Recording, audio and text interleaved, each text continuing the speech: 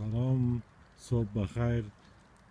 صبح طرف اشتنبرگ یا طرف توتسینگ رفته بودم که تقریبا 30 کیلومتر از این منطقه هم دور بود. بازدار خوردم همین طرف که جای بسیار خوبش همه تو جایی است که به نام اشتنبرگ ازه تقریبا 35 کیلومتر از خانه ما مسافهش است و موتر استارت کردم آمدم دیگه اینجا یک چکر قدم زدن و اینجا تنها 2 نفر است اینجا که ماهیگیری هست، تنها ماهی میگیرن و هوا هم خوب سرد است. امروز شاید هوا خوب شد با بازی نمیشه.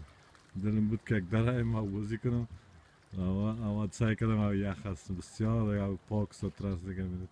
از اینجا واقع کن تا با منطقه از گارمیش شروع میشه، از کوهای اتریش اینمی آماده میره اینجا آخریش این منطقه هست.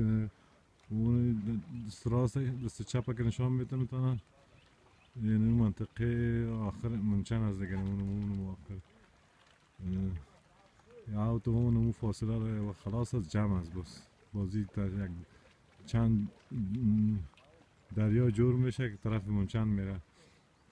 اما اون طرف همون تو خانه های لکس مطبوع و مردم های پیسه دار اون کوها رو میبینی، کوهای گرمیش هست به حساب که از اینجا 90 کیلومتر دور است. 90 کیلومتر از اینجا مسافت داره و بسیار در تابستان دیگه جا یکشم خالی نیست، کلش پر می باشه و خصوصا اینجا دیگه جای آبازی است.